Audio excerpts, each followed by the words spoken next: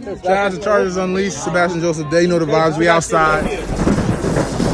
You're listening to the Chargers Unleashed podcast with your host, Dan Wolkenstein and Jake Hefner.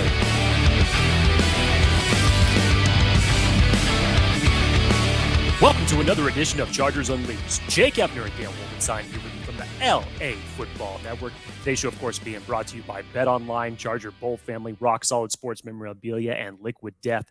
If this is your first time tuning into the show, make sure you hit that like and subscribe button on YouTube. You can also follow us on Facebook, Twitter, Instagram, Spotify, and Apple Podcasts. Dan Wolkenstein, week 4 is just on the cusp. We spent the last 2 days essentially talking about the matchups, talking about how the Chargers are going to get on track. And we decided it's been a while since we have had a special guest on this show. So what better way, before they take their flight out to Houston, Dan Wolkenstein, we were able to nab a very special guest for this afternoon, getting hyped for the Chargers matchup against the Houston Texans. As always, I hand the reins to you for the introductions. Oh, this is fun. Yes. We have a very special guest, Mr. Morgan Fox of your defensive line for your Los Angeles Chargers. He's going to be joining us next on Chargers Unleashed. We're going to get into all kinds of things, whether it's going to be talking about him personally, on and off the field. We'll talk about how the defense is looking, mentality going into this Houston Texans game. So much to kind of go through with Morgan. Going to be a fun one. Jake, over, under, how many times we're going to see the Chargers defense force a punt this Sunday versus Texans? I'm going to go 4.5.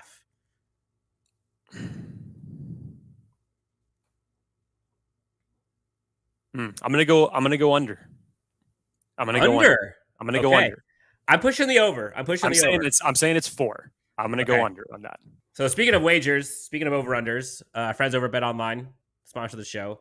Let's talk about them. Free money. Yeah, BetOnline, the fastest and easiest way to wager on all of your favorite sports contests and events with first-to-market odds and lines. Find reviews and news for every league, including Major League Baseball, NFL, NBA, NHL, combat sports, esports, and even golf. BetOnline continues to be the top online resource for all of your sports information, from live in-game betting, props, and futures. Head on over to BetOnline today or use the mobile device to join and make your first sports bet. Use the promo code BELIEVE50, that's BLEAV50, and receive your 50% welcome bonus on your first deposit. BetOnline, where the game starts. Jake, Morgan Fox is going to be joining us here in a bit. Can't wait. Look, I feel great. You feel great. I stay hydrated. The team needs to stay hydrated all the time. Other friend of the show, sponsor Liquid Death, murdering thirst, as well as making sure that we stay green. Friends of the show. Let's talk about them real fast. Hopefully, we can get some of these out for the Chargers. Dan, have you even gone to get? Have you? I haven't left my house. Oh, that's true. I keep forgetting you're coming off of COVID. So, at your earliest convenience, you need to rehydrate with some Liquid Death. That's for sure. For anybody who's out there, whether you have a Ralph's next to you, an Albertsons next to you, 7-Eleven if that's in your closest proximity, a Kroger if you're on the East Coast, go make sure and look to get yourself a nice big tall can of Liquid Death. No, it is not an alcoholic beverage, even though it makes shift like it's a tall boy in the water section. It is not, so don't be fooled by the packaging. Liquid Death, as Dan mentioned, murdering thirst for people out there with its hydration and its sparkling water in 3 different flavors. I believe it comes in mango, lime, and regular sparkling water, if whatever your preference may be.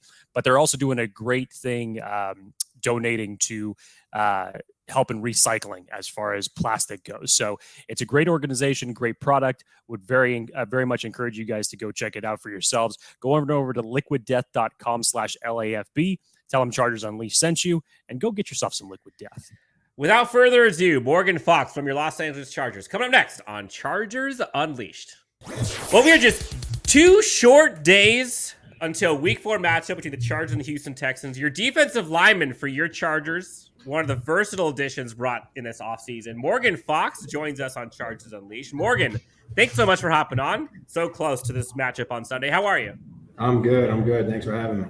Of course. Look, we're going to get into all kinds of stuff. We're going to get into kind of the team mentality versus Houston. We're going to get into kind of the defensive assessment so far this year. Maybe get into the last week's player-led meeting. Hopefully get to know you, Morgan, a little bit more on and off the field. But just to kind of kick it off, like fresh out of practice, you just got done. How was practice for Friday? How are you feeling? What were some of the highlights for you today? It was a great practice. We definitely, got locked in, got a little more tuned into what we're doing this week. The effort was high, energy was high, and it was a good practice, good way to kind of get rolling into this weekend. Love it. Now, obviously, it's been kind of a rough couple of weeks for the team, not just in the wins column, but from like a health standpoint as well. Like, what's been the biggest message from Coach Staley this week as you guys kind of head into this game versus the Texans? Take care of yourself and be responsible for yourself. At the end of the day, we're athletes and we got to be responsible for our body. Our body is our job, and make sure you're eating right, you're stretching right, you're working out, you're getting body work done, you're doing all the things on the side to make sure that going into Sunday you're as healthy, as strong, and as feeling as good as you can going into the game. Now, Morgan, 3 games into the season now, currently record says 1-2, having to go against 2 tough divisional opponents. We know the game last week against Jacksonville, but just trying to get things back on track now for this team. How would you assess the performance of the defense as a whole through the first 3 games? And then maybe specifically for you and the defensive line unit as far as, how everything's been laid out so far? I think we're playing well. I think that we definitely have things to improve on. I think, you can say that about any football team, any game. That's the right answer. We definitely have things we can improve on. But on a serious note, we're playing well. We're meshing well together. We're still trying to kind of get in the groove of things. But guys are starting to come alive. And you saw Sebastian and Austin, come alive last week. And we're starting to figure out how to rush well with each other. But we as a defense, we've got to correct the little things, little communication errors here and there.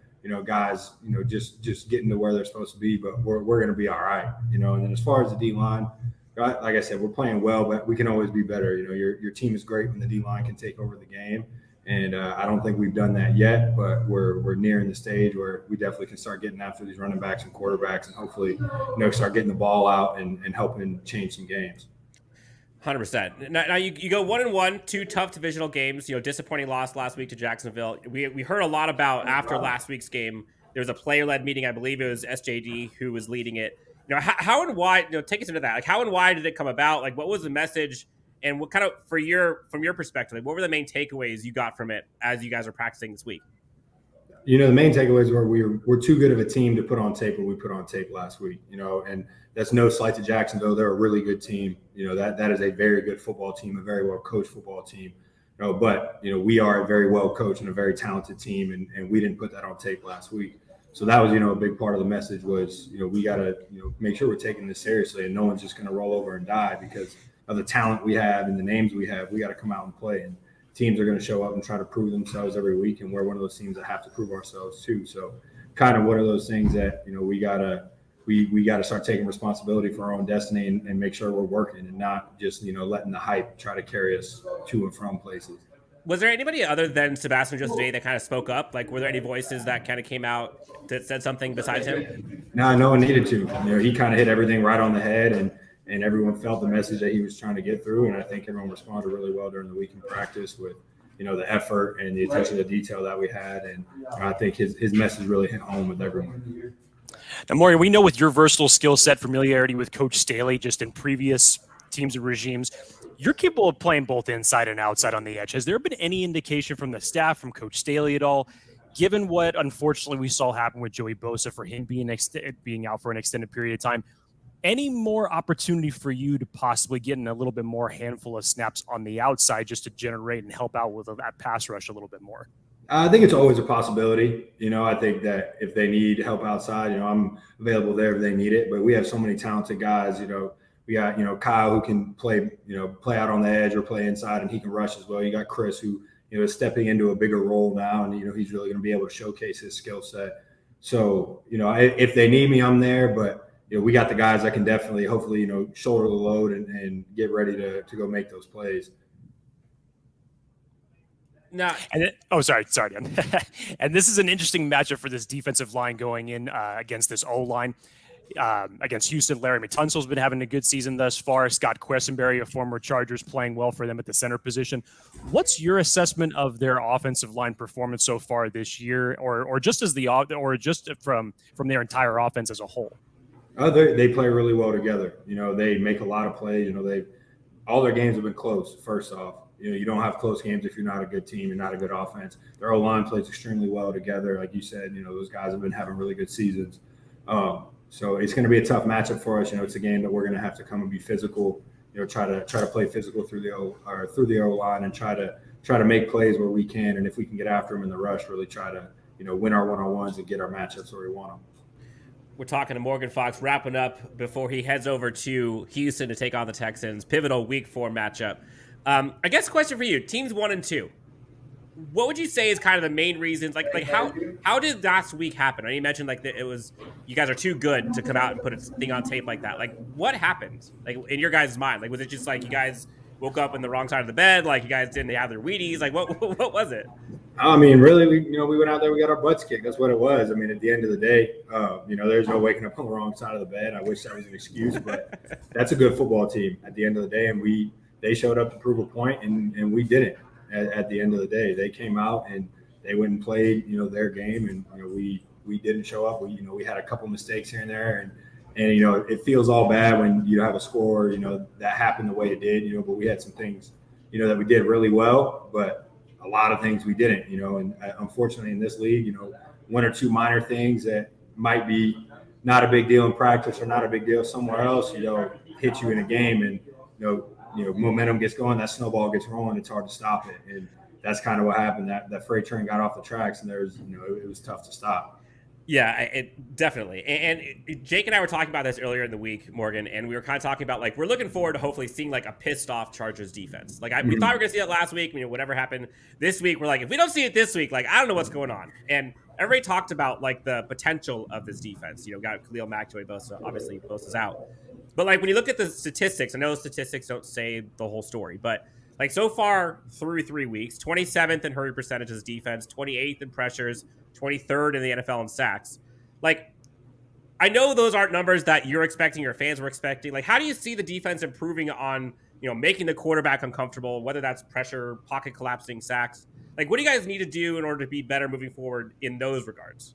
First off, you got to stop the run. You got to get them throwing on, third and 8 plus, third and 7 plus. We can't give them short third down, short second downs to throw the ball where they can get these quick passes off. They can, get it to where, we have extremely talented rushers, but it's hard to get home in, 2 seconds. And especially, with the, O-linemen in this league. So, we definitely have to stop the run. That's where it's going to start. We really have to earn the right to rush the passer on third and 7 pluses and try to get back there. And then when we do, we really have to win our one-on-ones. We have to communicate our games. If we're running them, guys have to be confident in the rushes, get there, and when they get to the quarterback, get the ball out. Where we can rush. People have seen we can rush. Now it's just about putting it on tape and pinning our ears back and going. I love it. All right, and last one. Going back, we got Houston coming up. What are some of the key areas of opportunity you guys need to look for to focus on to get the win? What are your keys to victory? Whether it's you, the defense, or team as a whole. I mean, I'm going to sound like a broken record, but we got to stop the run. I mean, at the end of the day, I think that's a formula at all in this league is you have to stop the run. Teams can run the clock out. They can dictate how the pace of the game. So, like you said, I think we need to show up as a pissed off defense. We need to show up and really try to send a message and set a tone that, we can and we are an elite defense.